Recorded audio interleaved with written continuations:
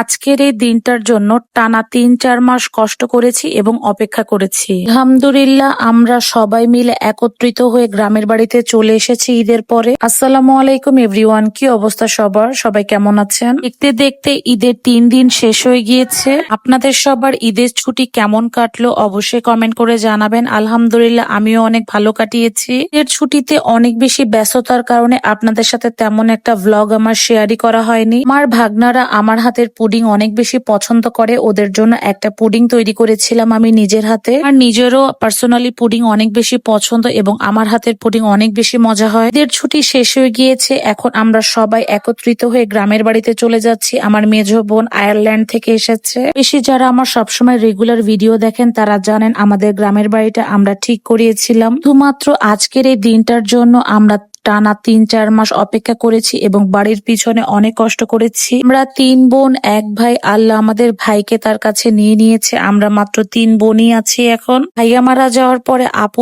দেশে আসা হয়নি, যার কারণে আপু তাকে দেখতেও পারিনি। ৩.৫ বছর পরে আপু দেশে আসার পরে আমরা আগে থেকেই চিন্তা করে রেখেছিলাম আমরা সর্বপ্রথম গ্রামের বাড়িতে যাব ঈদের পরে। তো যেই ভাবা সেই কাজ, আমরা সবাই মিলে একত্রিত হয়ে আজকে আমাদের গ্রামের বাড়ির উদ্দেশ্যে রওনা দিয়েছি। আমরা খুব সকালে বের হওয়ার কারণে তেমন কেউই নাস্তা করে বের হয়নি, ভাঙাতে দাঁড়িয়ে আমরা নাস্তা করে নিলাম। এখানে খাবারের টেস্ট অ্যাজ ইউজুয়াল ছিল যেমন হয়। আমরা একটু খাওয়া দাওয়া করে ফ্রেশ হয়ে আবারও রওনা দিয়ে দিলাম বাড়ির উদ্দেশ্যে। সারাটা রাস্তা আমরা অনেক বেশি মজা করেছি, বিভিন্ন জায়গায় দাঁড়িয়েছি, খেয়েছি এবং গাড়ির ভিতরেও অনেক মজা করেছিলাম। আমার গ্রামের ভিডিওগুলোতে অনেকে জিজ্ঞাসা করেন আমার গ্রামের বাড়ি কোথায়। আমার গ্রামের বাড়ি খুলনা পাইকগাছা সাহাপাড়া। আলহামদুলিল্লাহ অনেক রাস্তা জার্নি করার পরে অবশেষে আমরা বাড়িতে এসে পৌঁছিয়েছি। আমাদের বাড়ির সামনে রাস্তার সাথে সংযুক্ত করে আমাদের বাড়ির ভিতরে রাস্তা করেছিলাম। আলহামদুলিল্লাহ সেই রাস্তা দিয়েই আমরা এসেছি। সহজভাবেই আমরা গাড়িটা বাড়ির ভিতরেও ঢুকাতে পেরেছিলাম আলহামদুলিল্লাহ। এতে এসে দেখি সবাই আমাদের জন্য অপেক্ষা করছিল, আমার খালারা ফুপুরা সবাই মিলে। আমাদের বাড়ির সামনে যে রাস্তাটা করা হয়েছিল এবং বাড়ির পাশ দিয়ে যে ইটের সোলিংটা করা হয়েছে, এই রাস্তা দিয়ে আমরা চলে যাচ্ছি কবরস্থানে। এখানে আমাদের প্রিয় মানুষরা শুয়ে আছে, আমার ভাই, চাচা, আমার দাদা দাদি ও সবাই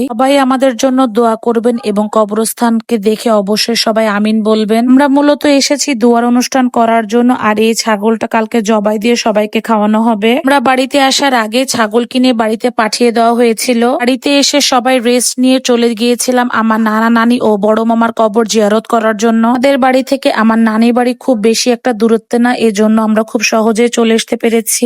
প্রত্যেককে এই পৃথিবী থেকে একদিন চলে যেতে হবে, তারপরও প্রিয় মানুষদের জন্য অনেক বেশি কষ্ট হয়। এর গাছে একটাও ডাব ছিল না, তারপরও যতটুকু ছিল সেগুলোই আমাদেরকে কেটে দিয়েছিল খাওয়ার জন্য। আমি কালকের দোয়ার অনুষ্ঠানের জন্য আমরা অনেক ধরনের প্রিপারেশন নিয়েছি, সেগুলো